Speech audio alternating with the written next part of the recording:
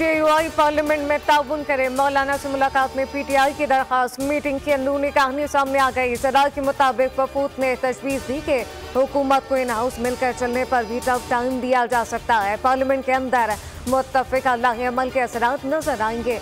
माजी की मुलाकातों के हवाले से भी मामला ज़ेर बहस लाए जाएंगे। जेयूआई की तरफ से तहरीक इंसाफ तहरीक चलाने के फैसले से आगाह किया गया। सरबराह जेयूआई ने कहा कि पीटीआई की तजवीज़ पर मुशावरत के बाद जवाब दिया जा सकता है।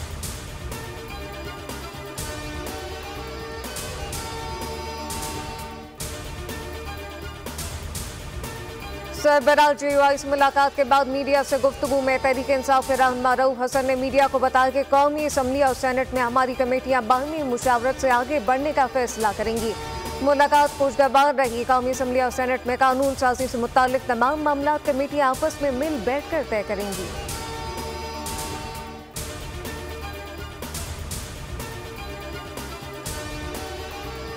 मुझे जेल में बताया गया कि इस्लामाबाद जलसे की वजह से मुल्क में इंतशार हो सकता है, जिस पर जलसा मुलतवी किया गया।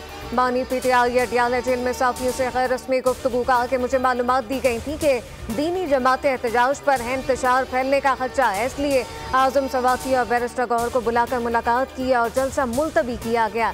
ऐसा न करता तो दोबारा 9 मई गले पड़ने का खदशा था। 8 सितंबर का एनओसी मिल गया है। अगर किसी ने रुकावट डाली तो खुद जिम्मेदार होगा।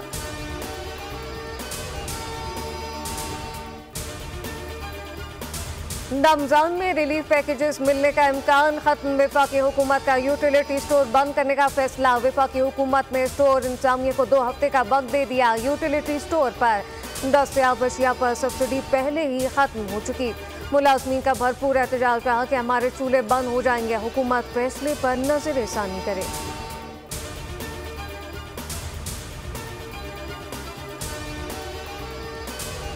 SIFC के ताउन से हुकूमत पाकिस्तान का ब्लू इकोनॉमी के जरिए मईशत बेहतर बनाने पर गौर।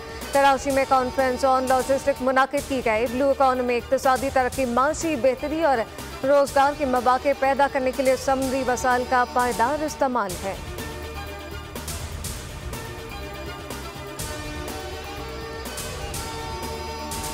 ईरानी शहरियाज में शहीद 28 पाकिस्तानी ज़ायरीन की मैयतें वतन पहुंचा दी गईं। 6 मैयतें कनकोट मुंतकिल। शहबाज एयरवेज जैकबाबाद पर नमाज जनाजा अदा की गई। सूबाई ज़ेर तवानाई सैयद नासिर हुसैन शाह ने मैयत वुसा के हवाले की। 3 ज़ायरीन की मैयतें और 2 को जख्मियों को कराची मुंतकिली। बेशतर जख्मी चांद का अस्पताल लाड़काना मुंतकिल। सालार काफिला सैयद अतहर को ईरानी हुकूमत ने यज़ एयरपोर्ट से डिपोर्ट कर दिया। अतहर शमसी पर हमेशा के लिए ईरान दाखिले पर पाबंदी। टूर ऑपरेटर लाइसेंस भी मुअत्तल किए जाने का इम्कान।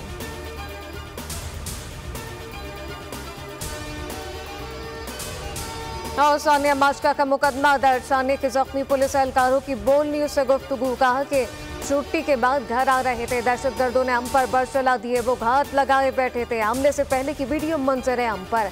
वीडियो में कीचड़ में फंसी गाड़ी के बाहर मौजूद एहलकारों को खड़े देखा जा सकता है।